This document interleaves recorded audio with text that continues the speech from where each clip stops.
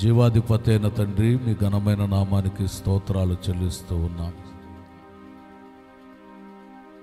నాయనా, జరుగుతున్నటువంటి ఈ అంతిమ యాత్ర కార్యక్రమాన్ని బట్టి ప్రార్థిస్తూ ఉన్నాం.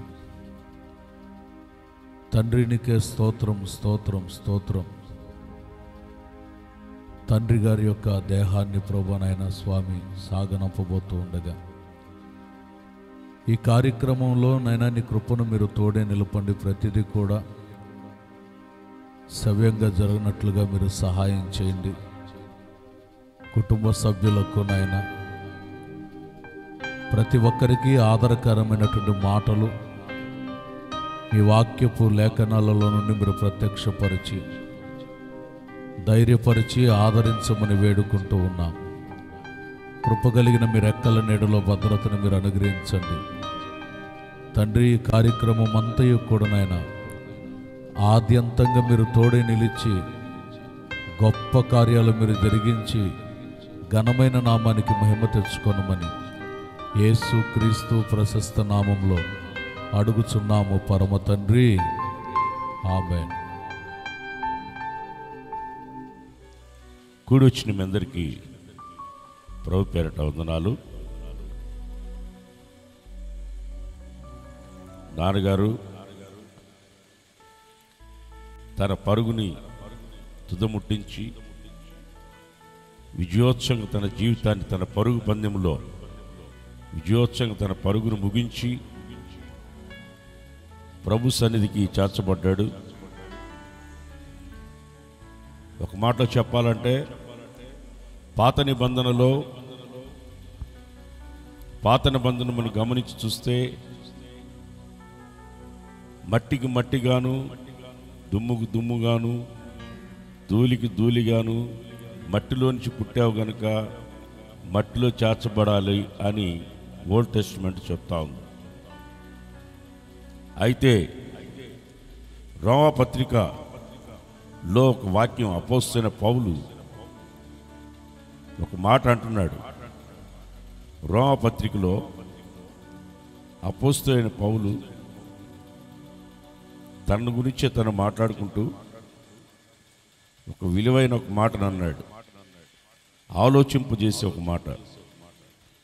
రోమాపత్రిక 7వ అధ్యాయం 24వ వచనం, అయ్యో నేనెంత దౌర్భాగ్యుణ్ణి, ఇట్టి మరణమునకు లోనకి శరీరం నుంచి నన్ను ఎవడు విడిపిస్తాడు అని ఒక క్వశ్చన్ వేసాడు. ఇక్కడ ఎవరు విడిపిస్తారు? అయ్యో మరణమునకు లోనకి శరీరాన్ని నుంచి నన్ను ఎవడు విడిపిస్తాడు అని ఒక క్వశ్చన్ వేస్తున్నాడు. అతను ఆ శరీరం, మరణకరమైన శరీరం నుంచి ఎవరు నన్ను విడిపిస్తారు అంటున్నాడు. దీనికి బైబిల్లో హెబ్రీ పత్రిక 2వ అధ్యాయం 14వ వచనంలో ఆ పిల్లలు రక్తమాంసములు గలవారైనందున మరణం యొక్క బలము గలవాన్ని, అనగా అపవాదిని మరణము ద్వారా నశింపజేయుటకు జీవితకాలమంతా మరణ దాస్యములో ఉన్నవారిని విడిపించుటకు ప్రభువైన యేసుక్రీస్తు కూడా శరీరధారిగా ఈ లోకానికి, వాక్యమైన దేవుడు శరీరధారిగా ఈ లోకానికి వచ్చి ఆయన మరణించి సమాధిలో పెట్టబడి 3వ దినమున తిరిగి లేచి మరణమాన్ని ముల్లెక్కడ, మరణమాన్ని విజయం ఎక్కడని మరణపు ముళ్ళుని విరిచి మరణ దాస్యములో ఉన్నవారిని, మరణ భయము చేత దాసులైన ఉన్నవారిని, రక్తమాంసములతో ఉన్నవారు మరణంతో ఉంటారు. ఎందుకంటే ఆదాము ఆజ్ఞ అతిక్రమించి పాపాన్ని తెచ్చుకొని పాపం వలన వచ్చి జీతం మరణాన్ని తెచ్చుకున్నాడు. అదే మాటని ఈయన ఈ క్వశ్చన్ వేశాడు. ఇక్కడ హెబ్రీ పత్రికలో ఆయనే జవాబు రాసుకున్నాడు. అదే పేతురు ఏమంటున్నాడంటే, పేతురు రాసిన మొదటి పత్రిక 1వ అధ్యాయం 3వ వచనం నుంచి, మన ప్రభువైన యేసుక్రీస్తు తండ్రి అయిన దేవుడు స్తుతింపబడును గాక, మృతుల నుండి యేసుక్రీస్తు తిరిగి లేచుట వలన జీవంతో కూడిన నిరీక్షణ బైబిల్లో ఒక మాట ఉంది, నిరీక్షణ లేని ఇతరుల వల్లే మీరు దుఃఖించబాకండి అని. నిరీక్షణ లేని వాళ్ళు దుఃఖిస్తారు.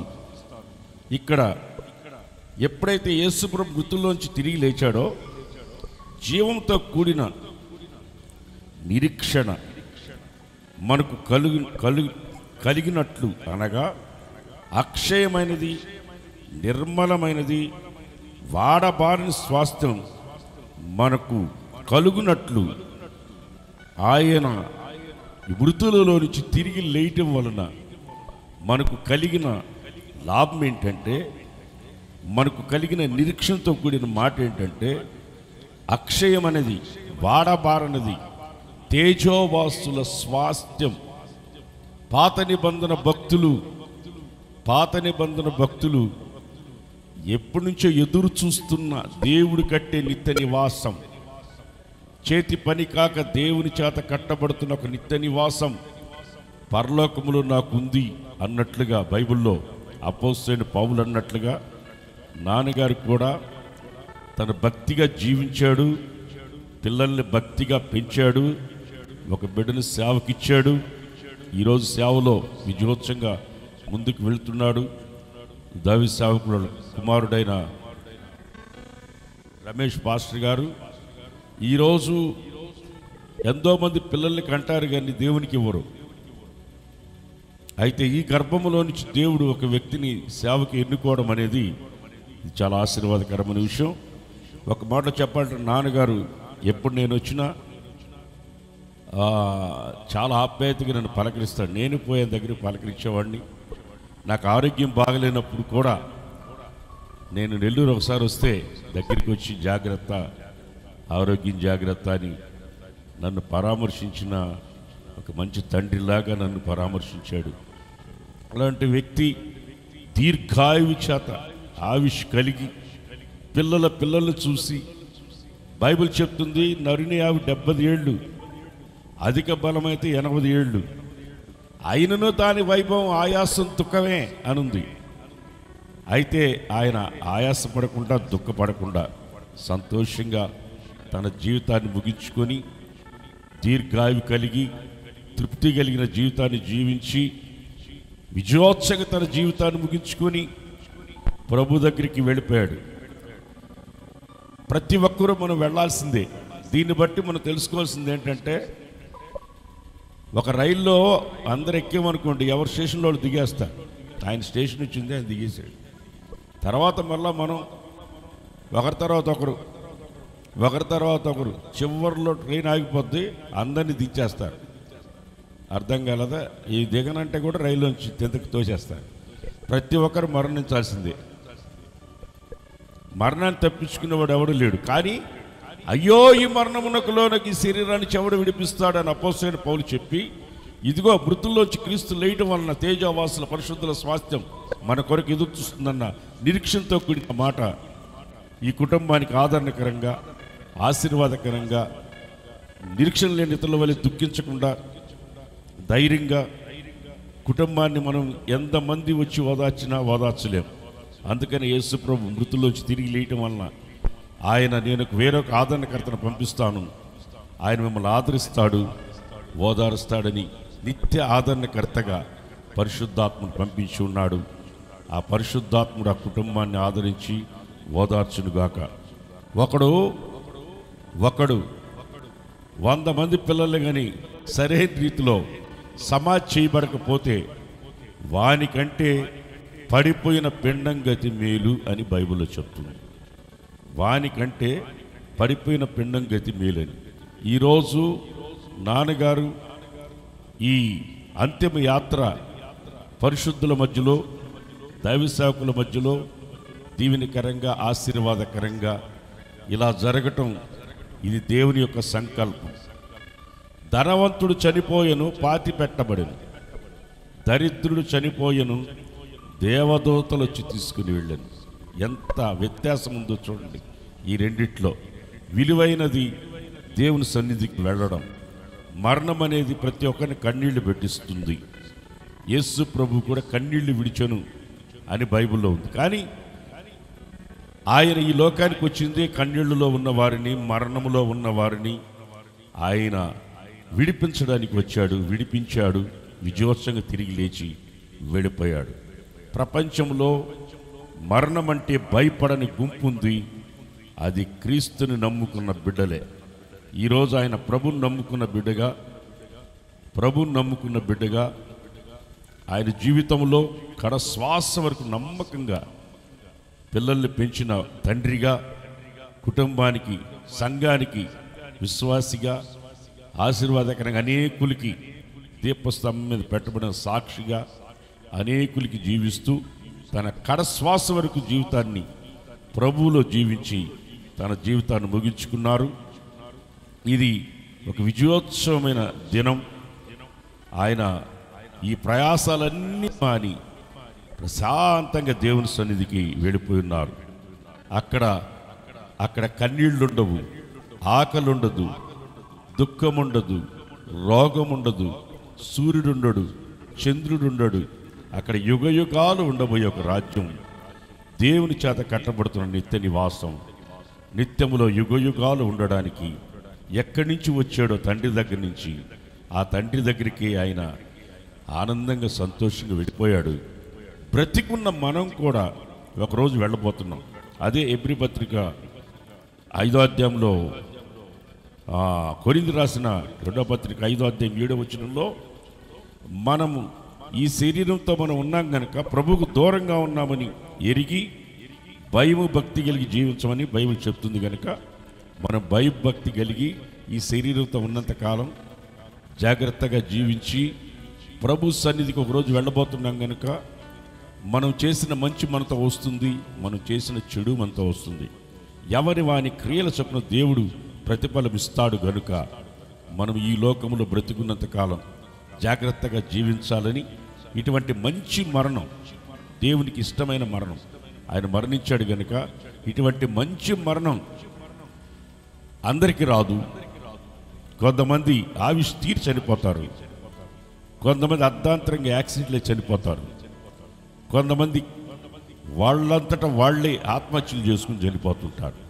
కానీ దీర్ఘాయువు చేత తృప్తికరమైన జీవితాన్ని జీవించి ప్రభు దగ్గరికి ప్రశాంతమైన నిద్రలోకి వెళ్ళిపోయి ప్రభు సన్నిధికి వెళ్ళాడు. ఇది చాలా విలువైనది. ఈ మాటల ద్వారా ఈ కుటుంబం ఆదరించబడును గాక. ఆమె. సంసోనయ్య గారు, మరి అమ్మ, అలాగే మా అమ్మ నాన్న వీళ్ళంతా మన హోసన్న మందిరాల్లో నిలిచి ప్రారంభము నుంచి ఎంత పునాదులుగా నిలిచి నడిపించబడుతుండేవారు. దైవజనులైన యేసన్న గారికి ఎంతో ఆత్మీయులుగా ముందు కొనసాగింపబడేవారు.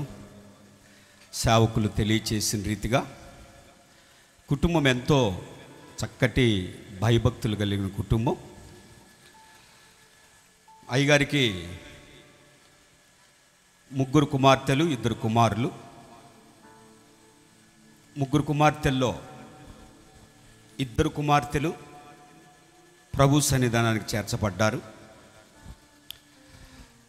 తన కుమార్తెలు ఆ విధంగా ప్రభు సన్నిధానానికి చేర్చబడ్డారు. చిన్న వయసులో అన్న కానీ వారి విశ్వాసం ఏమాత్రం త్రొట్టిల్లకుండా, దేవుడు ఎందుకు ఇలా చేశాడు ఇట్లాంటి ప్రశ్నలు రాకుండా, ఎన్ని సమస్యలు, ఎన్ని పోరాటాలు, ఎన్ని పరిస్థితులు ఎదురైనా విశ్వాసంలో వారు మరింత బలపరచబడుతూనే ఉన్నారు. ముఖ్యంగా నడిపిస్తున్న దైవజనుల ఆలోచనలను బట్టి వారు నడిపించబడడం, ఇవన్నీ చూస్తుంటే మరి ఇలాంటి మన హోసన్న మినిస్ట్రీకి విశ్వాసులుగా ప్రారంభం నుండి ఉన్నటువంటి వారు ఇలాంటి ఒక త్యాగ ప్రతిష్టతతో, సమర్పణతో వారు నిలిచిన విధానములను బట్టి సేవకులైన మేమైనా, మినిస్ట్రీ పరిచర్యైనా ఇంతగా విస్తరింపబడుతూ ఉంది. మరి కుటుంబ యావత్తు పిల్లలు కూడా, మనవళ్ళు మనమరాళ్ళు కూడా దేవుని మందిరాల్లో వాయిద్యాలు వాయిస్తూ, పాటలు పాడుతూ, పరిచర్యలు సహకరిస్తూ తరతరాలు కూడా దేవుని సన్నిధిని ఆనుకునేటట్లుగా వారి యొక్క ప్రయాస, ప్రార్థన, ఎక్కువగా వాక్యం అంటే చాలా ఆసక్తి. కుటుంబ సభ్యులందరికీ ప్రభు పేరట ఆదరణ తెలియచేస్తున్నాం. శాంసన్ అయ్య గారు మంచి పోరాటం పోరాడి తమ విశ్వాసాన్ని కాపాడుకొని తమ పరుగును తుదముట్టించి దేవుని యొక్క పిలుపునందుకొని ప్రభు సన్నిధికి వెళ్ళారు. ఓ జయ జీవితాన్ని వారు జీవించి దేవుడు వారికి ఇచ్చిన విశ్రాంతిలో మరి పెద్దలు ప్రవేశించారు. నేను నెల్లూరులో పనిచేస్తున్నప్పుడు సేవ చేస్తున్న దినాల్లో అయ్యగారే కానీ అమ్మ, సురేష్, తన కుటుంబం అంతా కలిసి ప్రతిరోజు ఎక్కడ కూడిక ఏర్పాటు చేసిన ఆటో ఉండేది సురేష్కి. వాళ్ళ నాన్ని తీసుకొని అది ఎంత దూరమైన కూడికి వచ్చి, అప్పట్లో సేవ చాలా కఠినంగా ఉండేది ఆ ప్రారంభ దినాలు కాబట్టి, ఎంత దూరమైన భారమైన వచ్చి కూడికలో పాల్గొంటూ వారి యొక్క సహకారాన్ని ప్రార్థనని ఎల్లప్పుడూ పరిచర్యకు అందిస్తూ ఉండేవారు. దేవుని మందిరాన్ని ఏమాత్రం మానేవారు కాదు, రెగ్యులర్గా దేవుని సన్నిధికి వచ్చేవారు. నిన్న కూడా నేను తెల్లవారుజాము ఈరోజు రమేష్ అన్నతో మాట్లాడుతున్నప్పుడు రమేష్ అన్న అదే చెప్పారు. నేను ఆదివారపు ఆరాధన కూడా వెళ్ళారంట. అప్పటికే ఆరోగ్యం బాగలేకుండా హాస్పిటల్ పెట్టి కొంచెం రికవరీ అనుకున్నారు, కొంచెం బాగా అయింది, పర్వాలేదు అనుకున్నారు. ఆ పరిస్థితుల్లో కూడా ఆదివారపు ఆరాధన మానకూడదు, మందిరానికి వెళ్ళాలి, కనీసం కారులోనన్నా వెళ్ళి నేను కూర్చొని దేవుని వాక్యాన్ని వింటాను, ఆరాధన చేస్తానని ఆదివారం కూడా ప్రార్థనకు వెళ్ళారంట. అలా దేవునితో వారికి ఉన్న ఒక శ్రేష్టమైన సహవాసం, అలా దేవునిలో వారు జీవించడానికి ప్రభు సహాయం చేశారు. నేను ఒక చిన్న మాట మాత్రమే మీకు బైబిల్లో గుర్తు చేస్తాను, తర్వాత దైవజనులు అందరూ ఉన్నారు కనుక వారు కూడా దేవుని మాటలు మనతో పంచుకుంటారు. హెబ్రీ పత్రిక 11వ అధ్యాయంలో 5వ వచనంలో రాయబడిన మాట, విశ్వాసమును బట్టి హానోకు మరణము చూడకుండానట్లు కొనిపోబడెను. అతడు కొనిపోబడక మునుపు దేవునికి ఇష్టుడై ఉండెనను సాక్ష్యం పొందెను. కాగా దేవుడు అతని కొనిపోయెను కనుక అతడు కనబడలేదు. విశ్వాసం లేకుండా దేవునికి ఇష్టులై ఉండుట అసాధ్యము అని లేఖనాలు రాయబడింది. పరిశుద్ధ గ్రంథంలో ఉన్న భక్తులో హానోకు విశ్వాసమును బట్టి మరి ఆయన దేవునికి ఇష్టులై ఉన్నట్లు దేవుని వాక్యంలో మనం చూస్తున్నాం.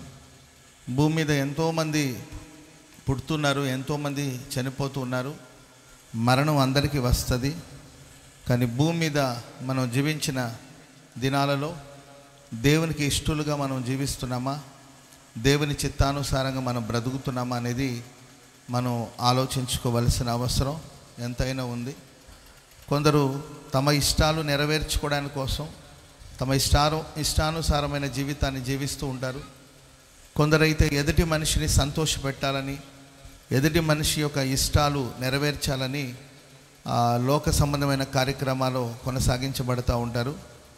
కానీ హానోకును గురించి మనిషి ఇచ్చిన సాక్ష్యం కాదు ఇది, సాక్షాత్తు దేవుడే ఇచ్చిన సాక్ష్యం ఇది. హానోకు దేవునికి ఇష్టుడై ఉండెను అని బైబిల్లో గ్రంథస్థం చేయబడింది. కనుక మన తండ్రి శాంసనయ్య గారు కూడా మరి భూమి మీద జీవించిన కాలమెల్లా మరి దేవునికి ఒక ఇష్టమైన అనుభవాల్లో ఒక మంచి సాక్ష్యాన్ని కలిగి కుటుంబం అంతా కూడా మంచి సాక్ష్య జీవితాన్ని జీవించడానికి ప్రభు వారికి అద్భుతమైన సహాయాన్ని అందించారు. వారి బిడ్డలను ఎలా పెంచారు అనే దానికి నిదర్శనం మరి రమేష్ పాస్టర్ గారు. వారు దేవుని సేవలో వాడబడుతున్న విధానాలు మనకు తెలుసు.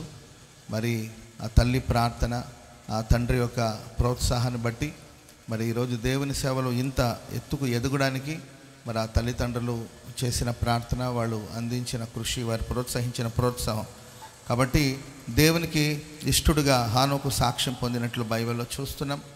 ఇంకా వాక్యంలో రాయబడిన మాట అంటే హానోకు దేవునితో నడిచాను అని రాయబడి ఉంది.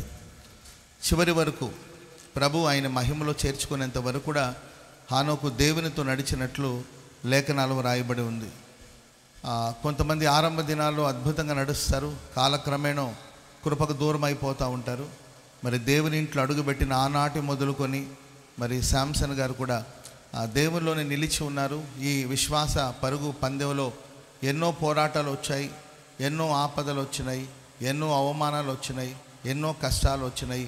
అన్ని సందర్భాల్లో కూడా దేవుని వెంబడించడంలో ఏమాత్రం వెనుదీయక అంతవరకు మరి ప్రభులో నిలిచి, ప్రభుతో నడిచి, దేవునితో ఒక మిక్కటమైన సహవాసం కలిగి వారు జీవించారు హానోకులాగా. అదేవిధంగా హానోకు గురించి వాక్యంలో మనం చూస్తే ఆయన దేవునితో నడుచుచు కుమారులను కుమార్తెలను కనెను అని ఆదికాండంలో రాయబడి ఉంది. కొందరు దేవునితో నడుస్తూ ఉంటారు, కుటుంబాన్ని నిర్లక్ష్యం చేస్తూ ఉంటారు. దేవునితో నడుస్తూ ఉంటారు, భక్తి, ప్రార్థన, విశ్వాసం ఇవన్నీ బాగానే ఉంటుంది. కానీ కుటుంబాన్ని నిర్లక్ష్యం చేసుకొని కుటుంబాన్ని దేవునిలో స్థిరపరచలేని పరిస్థితుల్లో చాలామంది ఉంటారు. హానోకు అటు దేవునితో నడుస్తూ ఇటు దేవుడు తనకిచ్చిన కుటుంబాన్ని, తన భార్యని, తన పిల్లలందరూ కూడా మరి శ్రేష్టమైన అనుభవంలో నడిపించగలిగారు. అదేవిధంగా మన ప్రియులు శాంసన్ అయ్య గారు కూడా దేవునితో నడుస్తూ మరి వారి కుటుంబానికి వారు ఇచ్చే ప్రాధాన్యత, మరి పిల్లలకు వాళ్ళు ఇచ్చే ప్రాధాన్యత, పిల్లలతో వాళ్ళు గడిపే అనుభవాలు అవన్నీ శ్రేష్టమైనది. నాకు తెలిసినంత వరకు ఎక్కడికి వచ్చిన శాంసన్ అయ్య గారు ప్రక్కన తప్పక అమ్మ ఉంటుంది. అమ్మ లేకుండా ఆయన ఎక్కడికి రాడు. అమ్మ ఎక్కడ ఉంటుందో అయ్యగారు అక్కడ ఉండేవారు, అయ్యగారు ఎక్కడుంటే అమ్మ అక్కడ ఉండేవాళ్ళు అనమాట. చాలా అరుదుగా మనం చూస్తాము ఇలాంటి ఒక సహవాసాన్ని, ఇలాంటి దంపతుల్ని చాలా అరుదుగా చూస్తాము.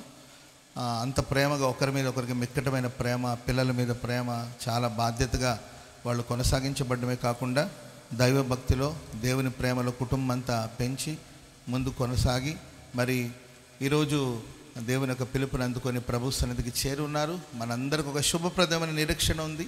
ఇప్పటికి జయించిన దేవుని బిడ్డలందరూ కూడా ప్రభు సన్నిధికి వెళ్ళారు, అక్కడ విశ్రాంతి పొందుతున్నారు. నాన్నగారు కూడా ఇప్పుడు దేవుని సన్నిధికి వెళ్ళి వారు విశ్రాంతి పొందుతున్నారు. త్వరగా మేఘాల మీద యేసుక్రీస్తు ప్రభులు వారు రాబోతున్నారు. ఇది ప్రతి క్రైస్తవుని యొక్క నిరీక్షణ, శుభప్రదమైన నిరీక్షణ. ఆర్భాటముతోనూ ప్రధాన దూత శబ్దముతోనూ దేవుని బూరతోనూ ప్రభు దిగివచ్చును అని బైబిల్ సెలవిస్తుంది. ప్రభు వచ్చినప్పుడు మరి జయించి విశ్రాంతిలో ఉన్న వాళ్ళందరూ కూడా వెంట పెట్టుకుని వస్తారని, మధ్యాకాశంలో మనమందరం కూడా వారిని కలుసుకుంటామని, ఆ తదుపరి యుగాయుగాలు మనం దేవునితో జీవిస్తామని దేవుని వాక్యం సెలవిస్తుంది. కనుక మరి ఈ మాటల చేత మనల్ని, కుటుంబ సభ్యుల్ని దేవుడు ఆదరించి, తండ్రి లేని లోటుని ఎవరూ తీర్చలేరు. పరలోకమందున తండ్రి మరి వీరికి తండ్రిగా ఉండి ప్రతి విషయాల్లో తోడుగా ఉండి ఆదరించి ముందుకు నడిపించాలని కోరుకుంటూ నా మాటలు ముగిస్తున్నాను. దేవుడి మాటలు మన వినికిడిలో స్థిరపరచుగాక. ప్రభునందు నిద్రించి మహిమలో చేర్చబడినటువంటి తండ్రి గారు శాంసన్ గారు, అలాగే తల్లిగారు చాలా ప్రాముఖ్యమైనటువంటి కుటుంబం అని చెప్పాలి.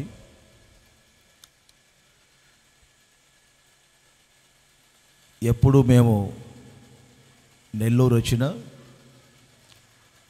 సొంత పిల్లల కంటే కూడా ఎక్కువగా సేవకులను ప్రేమించేవారు, సంఘాన్ని ప్రేమించేవారు. ప్రేమగా తల్లిగారు, తండ్రి గారు సేవకుల్ని పలకరించేవారు. ఏ చిన్న మీటింగ్కి, పెద్ద మీటింగ్కి వస్తున్నా తప్పనిసరిగా మాకు ఒక అవగాహన ఉంటుంది, తండ్రి గారు తల్లిగారు కలుస్తారని. అంతటి చక్కని కుటుంబం, వారు మంచి పోరాడటం, విశ్వాసాన్ని కాపాడుకోవటం, వారి పరుగును తొదముట్టించుకొని వారి వరుసలో వారు ప్రభు దగ్గరికి, ఆ విశ్రమ స్థలానికి వెళ్ళటానికి ప్రభు సహాయం చేశారు. తండ్రి గారిని, తల్లిగారిని జ్ఞాపకం చేసుకున్నప్పుడంతా నాకు బైబిల్లో ఒక మంచి కుటుంబం ఎప్పుడు పోల్చుకుంటూ ఉంటాను. పాత నిబంధన పరిచర్యలో తోడ్పడి క్రొత్త నిబంధన పరిచర్యలో కూడా తోడ్పడినటువంటి వారి సహకారాలు అందించినటువంటి ఒక కుటుంబం బైబిల్లో మనకు తెలుసు. అదే జకరియా కుటుంబం. కొంచెం మనం పరిశుద్ధ గ్రంథమైన బైబిల్లో జకరియాను అలాగే వారి కుటుంబాన్ని జ్ఞాపకం చేసుకుంటే, పాత నిబంధన పరిచర్యలో తోడ్పడిన వారు, కొత్త నిబంధన పరిచర్యల్లో తోడ్పడినటువంటి వారు జకరియా కానీ ఎలిషబెత్ కానీ. అలాగే శాంసన్ గారు తల్లిగారు మన హోసన్నా మినిస్ట్రీస్ని పోల్చుకుంటే ఏసన్న గారు పరిచర్యలో తోడ్పడినటువంటి వారు, ప్రస్తుతం ఇప్పుడు జరుగుతున్నటువంటి ఈ పరిచర్యల్లో కూడా ఈ కుటుంబం తోడ్పడినటువంటి వాళ్ళు. మనం సహజంగా కొన్ని మాటలు చెప్పుకుంటూ ఉంటాం ఇలాంటి కోడికల్లో.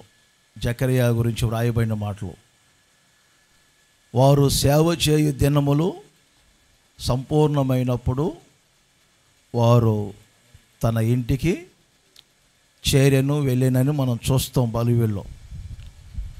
గమనించండి, మనం భౌతికమైన ఇల్లు గురించి కాదు కానీ మన నిత్య నివాసమైనటువంటి ఒక ఇల్లు ఉంది. మేఘములన్నీ ఒక చోట నుండి బయలుదేరి ఎక్కడికో వెళ్తూ ఉంటాయి. లేఖనాల్లో వ్రాయబడిన మాటలు, మేఘములు ఒక చోట నుండి ఒక చోటకి వెళ్తూ ఉంటాయి. సంఘాన్ని పోల్చేటప్పుడు కూడా మేఘము వలె వస్తూ ఉన్నారు నా దగ్గరికి అని వ్రాయబడింది. అంటే ఎక్కడి నుంచో బయలుదేరి ఎక్కడికో వెళ్తున్నాయి మేఘాలు. అలాగే పక్షులు అలా ఎగిరి తమ గోళ్లకు వెగసి వెళ్ళినట్లుగా అని లేఖనాల్లో వ్రాయబడింది. మన నిత్య ఇల్లు ఒకటి ఉంది, నిత్య నివాసం. అదే నూతన యెరూషలేము అని, సియోన్ అని. మరి వీరు భూమి మీద జీవించినటువంటి జీవితం అంతా కూడా వారికి దేవుడిచ్చినటువంటి పరిధిలో ఒక జకరియా వలె ఎన్నో పరిచర్యలు అందించి సేవలు చేసి వారు ఇప్పుడు నిత్య విశ్రాంతికి, నిత్య గృహానికి చేరారని నేను ఎంతగానో సంతోషిస్తూ ఉన్నాను. నాకు ఆ కుటుంబం ఎందుకు జ్ఞాపకం వచ్చిందంటే, కొంచెం మీరు ఆలోచన చేయండి. జకరియా కానీ ఎలిజబెత్ తల్లిగారు కానీ బైబిల్లో వ్రాయబడింది వాళ్ళ గురించి. వాళ్ళు దేవుని ఆజ్ఞలు, దేవుని యొక్క విధుల చొప్పున నిరపరాధులని వ్రాయబడింది, నీతిమంతులని వ్రాయబడింది. వారు మంచి ప్రార్థన చేసే ప్రార్థనా పరులని వ్రాయబడింది. పరిశుద్ధాత్మతో నిండుకొనిన వారని జకరియాను గురించి వ్రాయబడింది. దర్శనం చూసిన వ్యక్తి అని వ్రాయబడింది. చక్కని నిండు వృద్ధాప్యం వరకు కూడా ఏ విధముగా జకరియా కుటుంబం నడిపించబడిందో, అలాగే తండ్రి గారు శాంసన్ గారు కానీ అలాగే తల్లిగారు కానీ, నాకు ఆ జకరియా కుటుంబమే గుర్తొస్తూ ఉంటుంది. నిండు వృద్ధాప్యం అప్పుడు మొన్న నెల్లూరు మందిరం ప్రారంభోత్సవానికి వచ్చినప్పుడు కూడా అసలు నిలబడలేకుండా వాడు కూడా వచ్చి ప్రార్థనలు చేయించుకొని పలకరించేలేరు. నిలబడటానికి కూడా ఓపిక లేని పరిస్థితుల మధ్యలో అదొక సంతోషం సేవకులు చూడగానే. సహజంగా సేవకులు మేము కొన్నిసారి ఎవరినైనా కొంచెం ఆప్యాయంగా ఆత్మీయంగా పెద్దగా ఉన్న వాళ్ళని కొంచెం అత్తుకోవడానికి ప్రయత్నం చేస్తాం. మేము అత్తుకోవడానికి ప్రయత్నం చేయాల్సిన అవసరంలా, వీరు వచ్చారంటే మేము నిలబడగానే కానీ ఆయన గారే వచ్చేలా మమ్మల్ని అత్తుకుంటారు. అలా చక్కని ఒక జకరియా వలె నీతిమంతులుగా జీవించిన వారు, నిరపరాధులుగా ఉన్నటువంటి వారు, ఆజ్ఞలను విధులను తూచా తప్పకుండా పాటించినటువంటి వ్యక్తులు, ప్రార్థనా పరులు, పరిశుద్ధాత్మతో నిండుకొనిన వారు, ఒక దర్శనపు ఆత్మ కలిగి నడిపించబడినటువంటి ఒక జకరియా కుటుంబం వలె తండ్రి గారు సాంసన్ గారు కానీ తల్లి గారు కానీ నడిపించబడి ఉన్నారని మనం చెప్పుకోవచ్చు. ఒక చివరిగా చిన్న మాట చెప్తున్నాను. జకరియా ఎలిజబెతులు ఒక నూతన నిబంధన శకానికి ఒక చక్కని ప్రవక్తనిచ్చారు. మీరు కొంచెం మనసు పెట్టి ఆలోచన చేయండి. జకరియా ఎలిజబెతులు ఒక నూతన నిబంధన శకానికి, సంఘానికి ఒక గొప్ప ప్రవక్తను. బాప్తిస్మిచ్చు యోహాన్ అంటే మామూలు వ్యక్తి కాదు.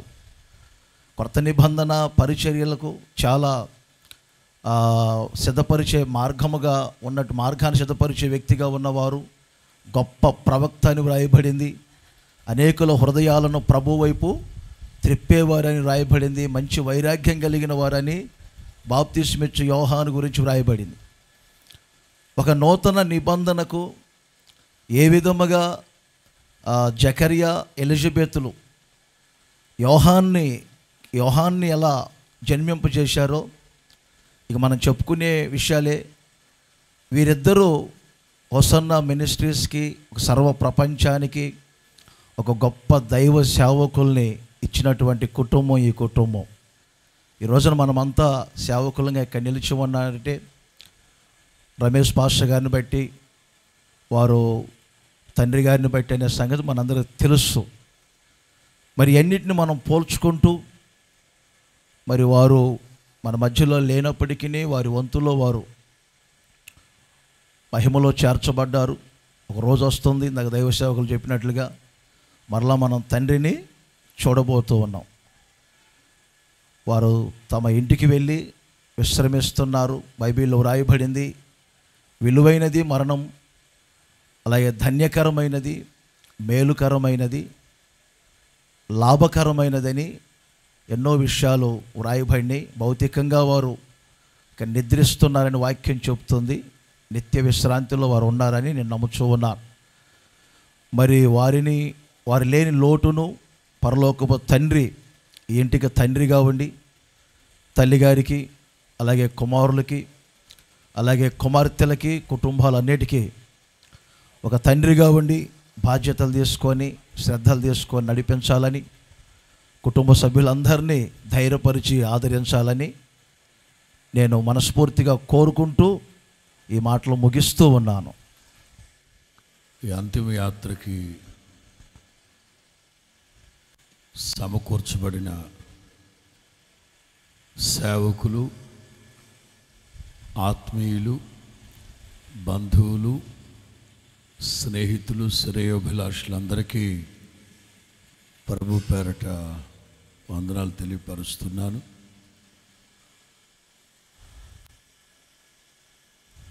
ప్రసంగి గ్రంథకర్త చెప్పిన మాట,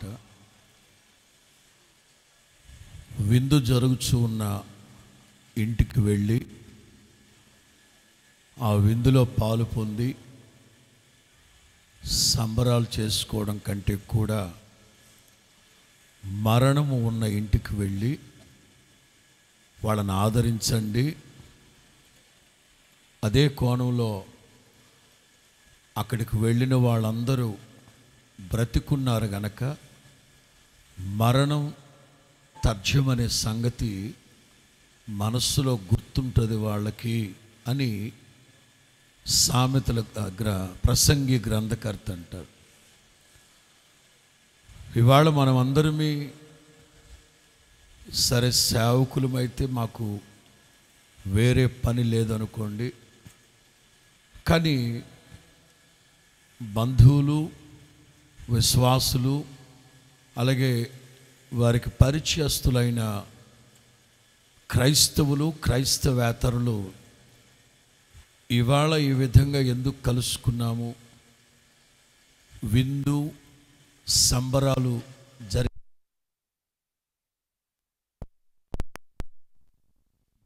వెళ్ళడం కంటే కూడా ఇలాగున ఈ మరణము ఉన్న ఇంటికి ఎందుకు వచ్చామంటే, మనందరి మనస్సుల్లో అప్పుడప్పుడు చేతిలో 4 రాళ్ళు, కంటి ముందు ఓ 4 బంధువులు, ఒంట్లో కాస్త ఆరోగ్యం ఉన్నప్పుడు మరణం అనేది గుర్తుండట్లేదు.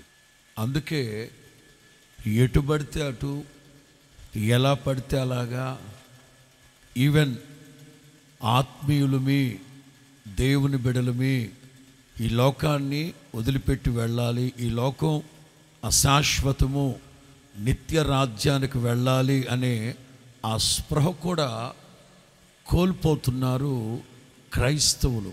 అందుకే వాక్యం అంటుంది, ఇలా మరణం ఉన్న ఇంటికి వెళ్ళి ఓ కోణంలో మీదైన శైలిలో వారిని ఆదరించండి.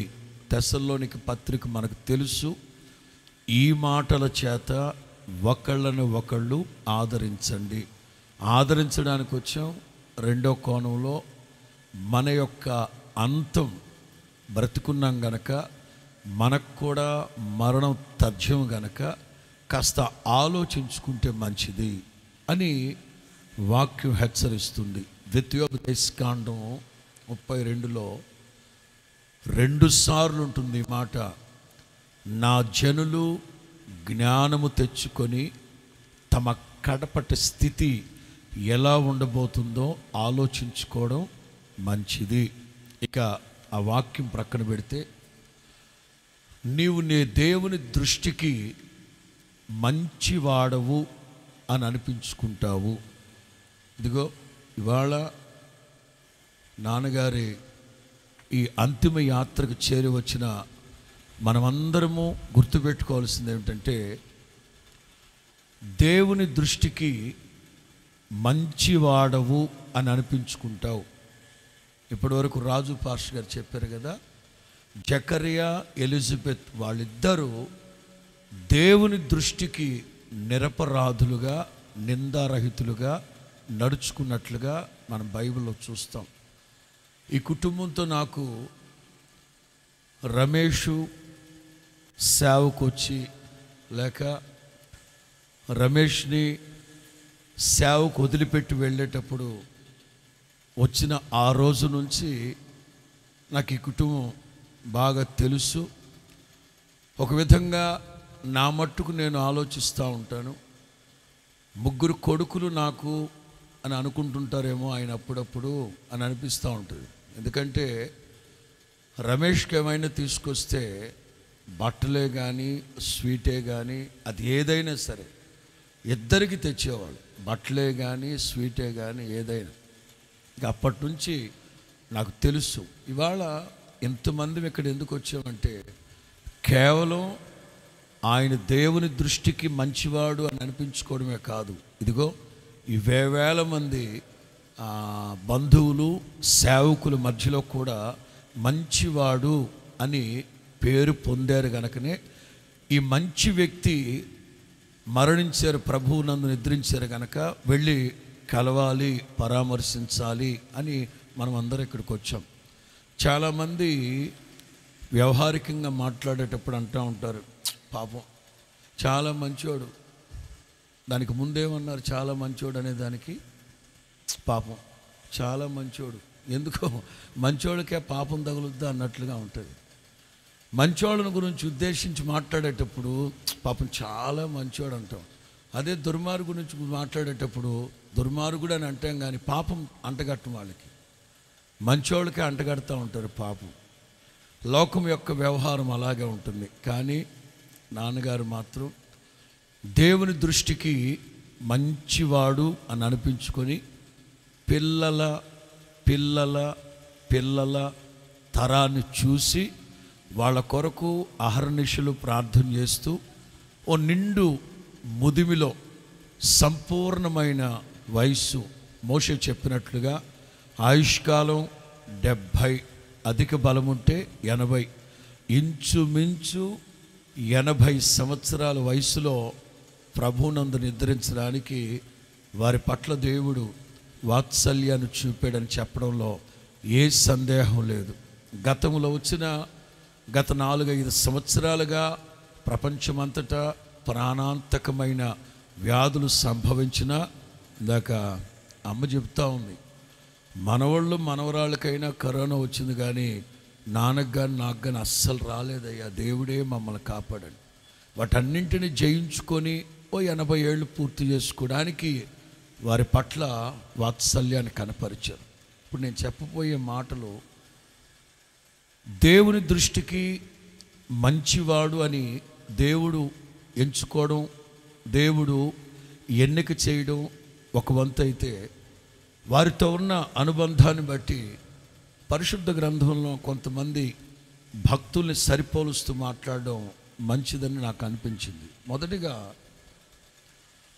వారి విశ్వాసం ఎంత స్థిరమైనది, ఎంత పటిష్టమైనది, ఎంత బలమైనది అంటే, మొదటిగా యోబుతో పోల్చాలనుకున్నాను.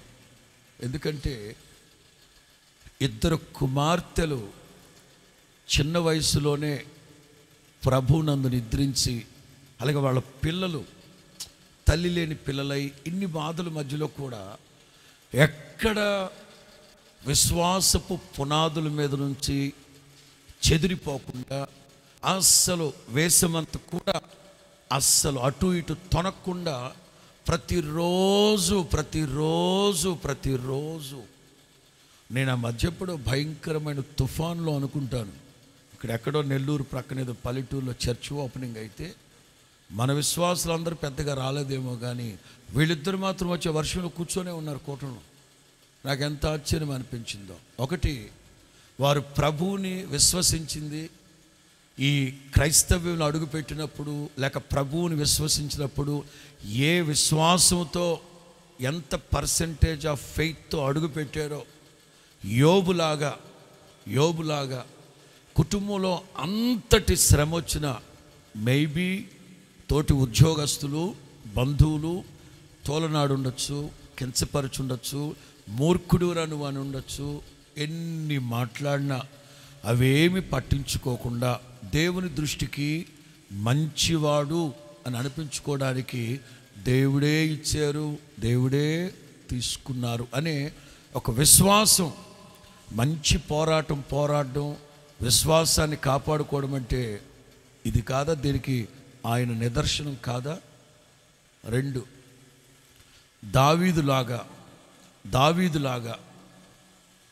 దావీదు వృద్ధాప్యం వచ్చినప్పుడు సొలొమోన్ని కాస్త పైకి తీసుకొస్తున్నప్పుడు సొలొమోనుకి ఎన్నో సంగతులు, ఎన్నో బుద్ధి మాటలు సొలొమోనుతో చెప్పి, మరి ముఖ్యంగా తోటి వాళ్ళందరితో మా అబ్బాయి ఇలా చేయబోతున్నాడు, అలా చెందబోతున్నాడు, మీరందరూ మా అబ్బాయికి సహకరించాలి.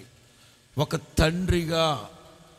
తండ్రిగా ఆయనకున్న ఇన్ఫ్లుయెన్స్ అంటే, రమేష్ గురించి చెప్తాను.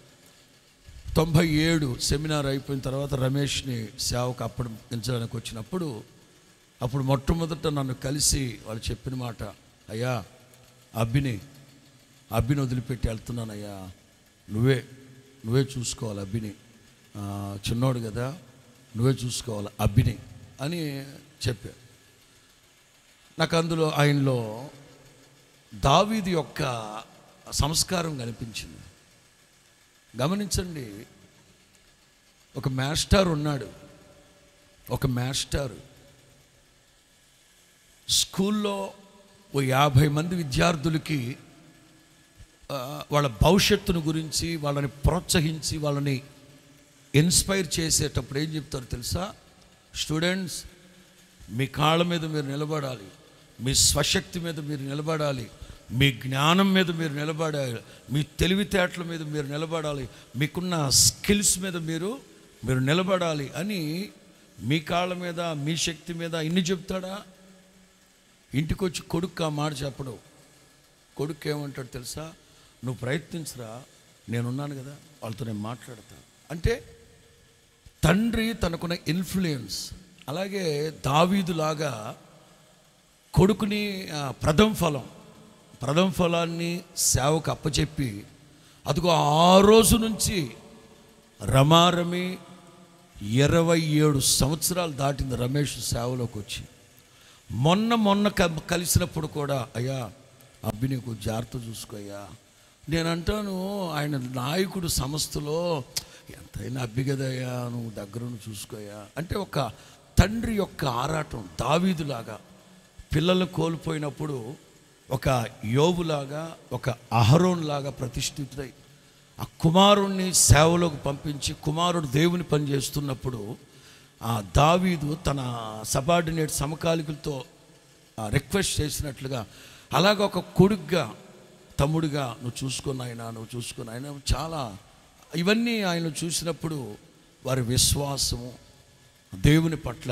మరొక విషయం ఏంటో తెలుసా, ఒక్క కొడుకుని ప్రథమ ఫలాన్ని సేవకిచ్చాడు, కానీ నెల్లూరులో సేవ చేసిన ప్రతి సేవకుణ్ణి రమారమి ఒక 70 మంది సేవకులు మారుంటారేమో, పాస్టర్లు, బ్రదర్లు కలిపి, అలాగే సిస్టర్లు, వాళ్ళ కొడుకుని ఎట్లాగైతే గౌరవించి చూసుంటాడో, ఇవాళకి కూడా ప్రతి సేవకుణ్ణి నా కొడుకే, నా కూతురే అన్నట్లుగానే సేవకుల పట్ల వారికి ఉన్న గౌరవం వారి సంస్కారానికి నిలువెత్తు నిదర్శనం అని చెప్పడంలో ఏ సందేహం లేదు. అలాగే పిల్లలను కూడా పిల్లల పిల్లల పిల్లల తరాల కోసం ప్రార్థన చేస్తూ వాళ్ళందరికీ చక్కటి విద్యాబుద్ధులు నేర్పించి, ఆత్మీయత ఇవన్నీ చక్కగా నేర్పించి, నేనంటాను నిండు ముదిమిలో సంపూర్ణమైన ఈ వయసులో ఈ లోకాన్ని వదిలిపెట్టి ప్రభు దగ్గరికి వెళ్ళిపోయాడు.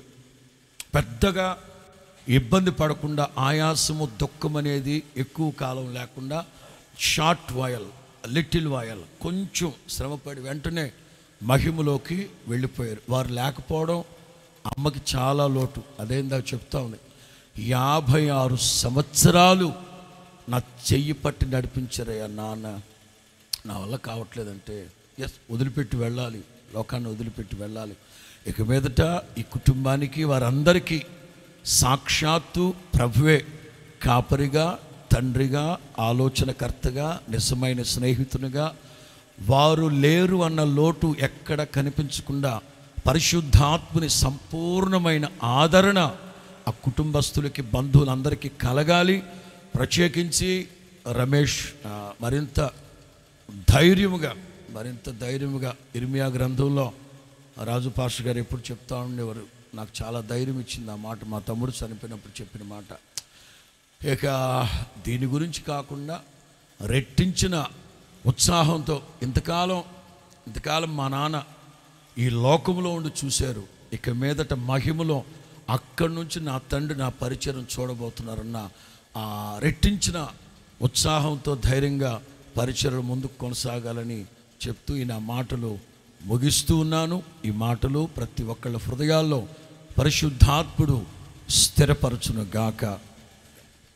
ప్రభు అయిన యేసు క్రీస్తు ప్రశస్త నామంలో నా తండ్రి అంతిమయాత్రకు కూడి వచ్చిన దైవజనులందరికీ నేను హృదయపూర్వకంగా వందనాలు తెలియపరుస్తున్నాను. అలాగే నాయకులైన వారందరికీ కూడా హృదయపూర్వకమైన వందనాలు తెలియపరుస్తున్నాను. అలాగే విశ్వాసులైన వారు చాలామంది కూడి వచ్చారు. మరి మీ అందరికీ మా హోసన్న మినిస్ట్రీస్ తరపున హృదయపూర్వకమైన వందనాలు తెలియపరుస్తున్నాను. 2 నిమిషాలు బాబు, కొంచెం ఒక 5 నిమిషాలు, 2 నిమిషాలు. మరి ఈరోజు నా తండ్రిని గురించి ఒక మాట చెప్పాలి. నా తండ్రి మాదిరికరమైన తండ్రి. అట్లాగే భక్తి కలిగిన తండ్రి. అలాగే మేము భక్తిలో నడవడానికి చేయూతనిచ్చిన తండ్రి. మేము నేను చిన్న వయసు నుంచి కూడా చాలా శ్రమలు అనుభవించాము. అదే సందర్భంలో ఐశ్వర్యం అని చెప్పను కానీ సమృద్ధి కూడా అనుభవించాము. శ్రమలు అనుభవించిన, సమృద్ధి అనుభవించిన మమ్మల్ని చేయి పట్టుకుని భక్తిని మాత్రం తప్పిపోకుండా కాపాడిన తండ్రి. కష్టాల్లో ఉన్నప్పుడు మా చేయి విడిచిపెట్టలేదు, సమృద్ధి కలిగినప్పుడు మా చేయి విడిచిపెట్టలేదు. ఇవి మనకు శాశ్వతం కాదు, దేవుడు మనకు శాశ్వతం, నిత్యుడు అని మా చేయి విడువక నేను చెప్పాను మాదిరికరమైన తండ్రి అని. ఎందుకు అంటున్నానంటే ఆయన మాట్లాడేటప్పుడు చాలా జాగ్రత్తగా మాట్లాడేవాడు. అదే మాకు మాదిరిని చూపించాడు. ఆయన నడిచేటప్పుడు చాలా జాగ్రత్తగా అడుగు వేసేవాడు. అదే మాకు నేర్పించాడు. ఆయన ప్రార్థన అన్న, దేవుని మందిరం అన్న అంత మక్కువ చూపించేవాడు. అదే మాకు నేర్పించాడు. దేవుని మందిరాన్ని, పరిచర్ని ఇలా ప్రేమించాలి అని ఆయన నేర్చుకున్నాడు. అదే మాకు నేర్పించాడు. అందుకు నేను కృతజ్ఞతగా చెప్తున్నాను, వేరే మాట కాదు. కానీ వేరే జన్మ అనేది ఉంటే మళ్ళీ మా నాన్న కడుపులోనే పుట్టాలి. నేను కృతజ్ఞతగా చెప్తాను. అనే మాట మా అమ్మ మా నాన్న కుటుంబాన్ని ఒక అద్దంలాగా చూశారు. చేయి జారితే అద్దం పగిలిపోతే మరలా రాదు. కుటుంబాన్ని అలా చూశారు వాళ్ళు. కుటుంబాన్ని అంత జాగ్రత్తగా మాతో పిల్లలుగా మాతో మాట్లాడాలన్నా కూడా ఆచితూచి మాట్లాడేవాళ్ళు. ఇది పిల్లలకు అవసరమా, ఇది వీళ్ళ ముందు మాట్లాడచ్చా లేదా అట్లా అని. ఏదన్నా కూడా వాళ్ళిద్దరూ ఒక్క మాటని మీరు ఏమనుకోవద్దు, భార్యాభర్తలుగా కాకుండా వారు దేవుని వాక్యంలో మనం చదువుతాం, ఏక శరీరమై ఉండాలి అని పరిశుద్ధ గ్రంథంలో మనం చదువుతుంటాము. భార్యాభర్తల గురించి వారిద్దరు కాదు ఒక్కరు అని మనం చదువుతుంటాము. నా కళ్ళతో నేను చూశాను వారిద్దరి జీవితంలో ఆ ఐక్యత, సఖ్యత, ఆనందం. వారిద్దరు కలిసి కుటుంబాన్ని ఎంత పదిలంగా, నాకు 2 అక్కలు, ఒక చెల్లి, ఒక తమ్ముడు. 2 అక్కలు, తర్వాత నేను, నా తర్వాత చెల్లి. నాకు ముందు అక్క, నా తర్వాత చెల్లి. ఇద్దరు కూడా మహిమలో ప్రవేశించారు వాళ్ళు. మన వెస్లన్న కానీ అలాగే దైవజనులు చెప్పినట్లు ఆ ఛాయలు ఏవి మా మీద పడకుండా, నేను ముందు అక్కను పోగొట్టుకున్నాను, తర్వాత చెల్లిని పోగొట్టుకున్నాను. మా పెద్దక్క ఇప్పుడు మన మధ్యలో ఉంది. అయితే ఇలాంటి చీకటి అనుభవాలు పిల్లలుగా మా మీద పడకుండా, మా మనసు విసిగిపోకుండా, దేవుని మీద మాకు మరో భావన కలగకుండా, ఆ చీకటి దినాల్లో కూడా దేవునినే చూపిస్తూ వచ్చారు. ఇలాంటివన్నీ మనకు సహజంగా వస్తుంటాయి అని మమ్మల్ని దేని కొరకు వాళ్ళు ప్రతిష్ఠించారో ఆ రీతిగానే నడిపించడానికి ఏమాత్రం కూడా వెనకంజ వేయలేదు. అందుచేత నేను మరి నా తండ్రిని గురించి ఎక్కువగా నేను మీతో వేరే విధంగా చెప్పట్లేదు, కానీ కృతజ్ఞతగా నేను ఈ మాట చెప్తున్నాను. మరి అలాంటి తండ్రి నాకంటే ముందు మరి మహిమలో ప్రవేశించారు. మరి ఆయన క్రియలు ఆయనతో కూడా వెళతాయన్న ఆనందం మాత్రం నాకుంది. ఎందుకంటే పరిశుద్ధ గ్రంథంలో మనం చదువుతాం, వారి క్రియలు వారి వెంట వెళుతాయి. మరి నా తండ్రి నాకు దూరం అయ్యాడనే బాధ లేదు, కానీ ఆయనతో కూడా ఆయన క్రియలు వెంట వెళుతాయి. దేవుని యొద్ద గొప్ప బహుమానం ఆయనకుంది. మరి ఆయన ప్రార్థించిన ప్రార్థన కూడా మా కుటుంబానికి తోడై ఉంది అని చెప్పడంలో ఎలాంటి సందేహం ఏమీ కూడా లేదు. నేను చిన్న మాట చెప్పి ముగిస్తాను. ఆరోగ్యం బాగోలేదని మేము అమెరికా నుంచి ఢిల్లీలో దిగాము. నేను వెస్లన్న, అబ్రాం పాస్ గారు ముగ్గురు ఒక దగ్గర కూర్చొని ఉన్నాం. ఢిల్లీ నుంచి మేము గన్నవరం ఫ్లైట్ కొరకు కూర్చొని ఉన్నాము. అప్పుడు నాకు చిన్నోడు తమ్ముడు ఫోన్ చేశాడు, ఎక్కడున్నావన్నా అని. నాకు అప్పుడే అర్థమైంది ఏదో జరిగిందని. ఎందుకంటే సహజంగా ఫోన్ చేయడు, ఆడు చేశాడు. ఏదో జరిగింది అనుకున్నాను. ఏంటి చిన్నోడా అంటే, నాన్నకి కొంచెం బాగోలేకపోతే హాస్పిటల్లో చేర్చాము, బాగుంది, నువ్వేం కంగారు పడద్దు, విషయం చెప్తున్నానని విషయం చెప్పాడు. వెంటనే నేను అబ్రాం పాస్టర్తో, విసలన్తో చెప్పి ప్రార్థనలు పెట్టండి అన్న అని చెప్పాను. తర్వాత నేను ఢిల్లీ నుంచి గన్నవరం నుంచి మందిరానికి వెళ్ళాను. ఈ మధ్యలో నాకు ఫోన్స్ వస్తూ ఉన్నాయి.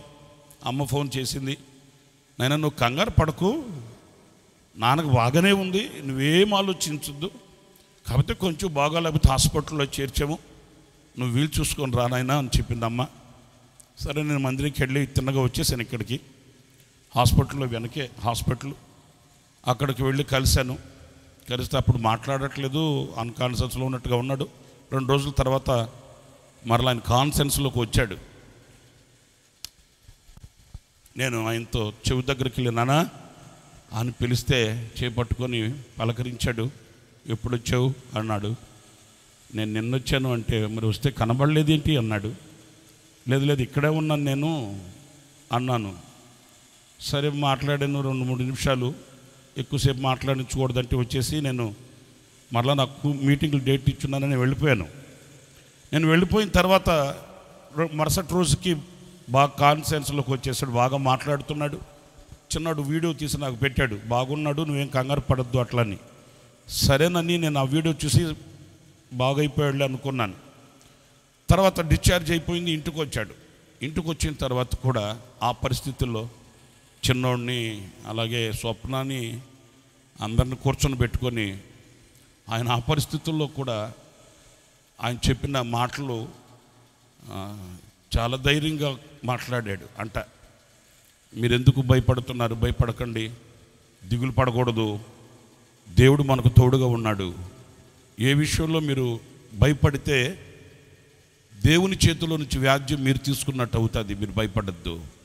దేవుడు మన కుటుంబానికి మేలు చేస్తాడే కానీ కీడు చేయడు అని చిన్నోడిని కానీ స్వప్నాన్ని కానీ అలాగే పిల్లల్ని కానీ దగ్గర చేర్చుకొని అంత ధైర్యంగా ఆ స్థితిలో కూడా మాట్లాడి ఆయన ధైర్యపరిచిన మాటలు నాకు మాదిరి అనిపించింది. దీనికి నేను అమెరికాకు వెళ్ళక మునుపు నాకు మన ఇంటి దగ్గర నుంచి ఫోన్ వచ్చింది. ఆ రోజు నేను ఫోన్లో ఏంటి ఎలాగుంది అని అడిగితే ఇలాగే ఆయన స్ట్రగుల్ అవుతున్నా కూడా బయట చెప్పట్లే.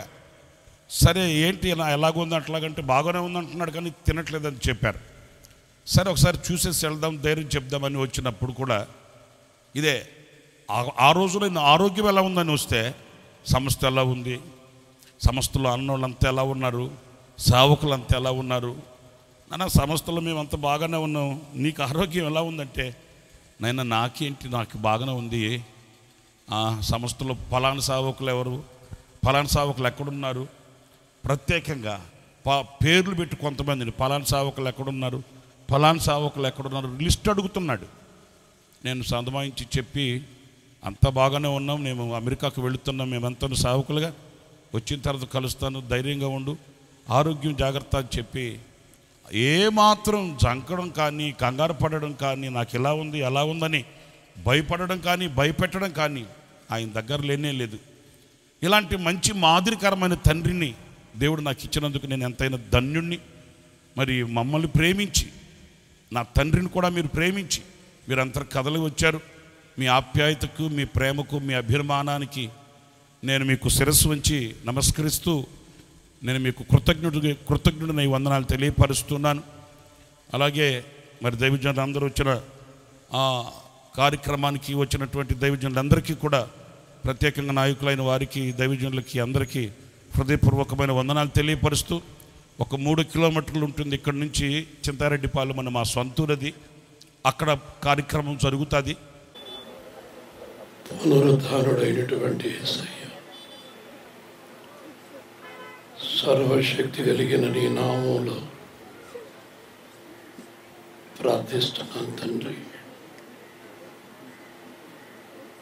నీ గొప్ప ఉద్దేశంతో నీ కుమారుడికి ఈ భూమి మీద అడుగుపెట్టే జన్మని మీరు ఇచ్చారు ప్రభు. నీ రక్తంలో జన్మించే గొప్ప భాగ్యాన్ని మీరు అనుగ్రహించారు. నీ కుమారుడు పట్ల నీ ఉద్దేశాన్ని సంపూర్ణముగా నెరవేర్చారు ప్రభు. రక్షణ భాగ్యం ఇచ్చారు, పరిశుద్ధాత్మ నింపుదలనిచ్చారు. ఆత్మ సంబంధమైన సహవాసంలో ఆత్మ ఫలములతో ఫలింపచేశారు. నీ కుమారుని గర్భములో నుండి ఈ యాజకుల్ని లేపారు ప్రభువా. ఈ యాజకుని కుటుంబముగా మార్చారు. బోధి గంతాల వరకు తన కుమారుని కుటుంబాన్ని మీ సాక్షిగా వాడుకున్నారు ప్రభు. సజీవుల లెక్కలో ఉంచారు. నీ కుమారుడి పట్ల నీ పనిని పూర్తి చేసుకొని నీకు ఇష్టమైనటువంటి నీ కుమారుణ్ణి నీ సన్నిధికి ఒక మంచి మరణముతో పిలుచుకున్నందుకు నీకు స్తోత్రం. తాను విడిచినటువంటి కుటుంబాన్ని మీరే ఆదరించండి, మీరే ధైర్యపరచండి ప్రభు. నీ సన్నిధిని తోడుగా ఉంచండి. మరింతగా నీలో బలపరచబడి నీ మహిమ కలిగినటువంటి రాకడలో నీ కుమారుణ్ణి చూడగలిగే గొప్ప ధన్యతను దయచేయమని ఈ అంతిమ యాత్రలో ఆత్మ సంబంధమైనటువంటి సేవకుల మధ్య సంఘముతో ఈ ప్రయాణాన్ని మీరుండి జరిగిస్తున్నందుకై నీకు స్తోత్రం. ప్రతి ఆటంకాల్ని మీరు దూరపరిచి నీ నామానికి మహిమకరంగా సమాధి కార్యక్రమాన్ని జరిగించమని నీ సేవకుల మాటలతో తండ్రి కుటుంబము కూడి వచ్చిన జనులు ఆదరించబడాలి. వారి కుటుంబాలలో వాళ్ళ పిల్లల్ని నీ కొరకు ప్రతిష్ఠించేటట్లుగా ఒక గొప్ప అద్భుతం చేయండి ప్రభు. ఏ స్థలంలో నుంచి నువ్వు పిలుచుకున్నావో ఆ స్థలంలోనికి తీసుకొని వచ్చావు. తిరిగి మరల నీవుండు చోటికి తీసుకుని వెళ్ళినందుకై నీకు స్తోత్రం చెల్లిస్తూ నిరీక్షణతో మేము ఎదురు చూస్తూ నీ రాకడలో మేము చూడగలిగే భాగ్యాన్ని అమూల్యమైన విశ్వాసాన్ని దయచేయమని కూడి వచ్చినటువంటి ప్రతి ఒక్కరిని నీ చేతులకు అప్పగిస్తూ కుటుంబాన్ని మరింతగా ఆదరించే పరిశుద్ధాత్ముడా నీ రెక్కల నీడలో భద్రపరిచి మిగిలి ఉన్నటువంటి ప్రతి పనిని ఈ కుటుంబం ద్వారా జరిగించుకొని మీ నామానికి మహిమ తెచ్చుకోమని నిత్యము తోడయుండి ధైర్యపరిచి ఆదరించి నడిపించే నీ చేతులకి తాను విడిచిన కుటుంబాన్ని అప్పగించుకుంటూ యేసు నామములో ప్రార్థించుచున్నాను తండ్రి. ఆమేన్. హల్లెలూయా.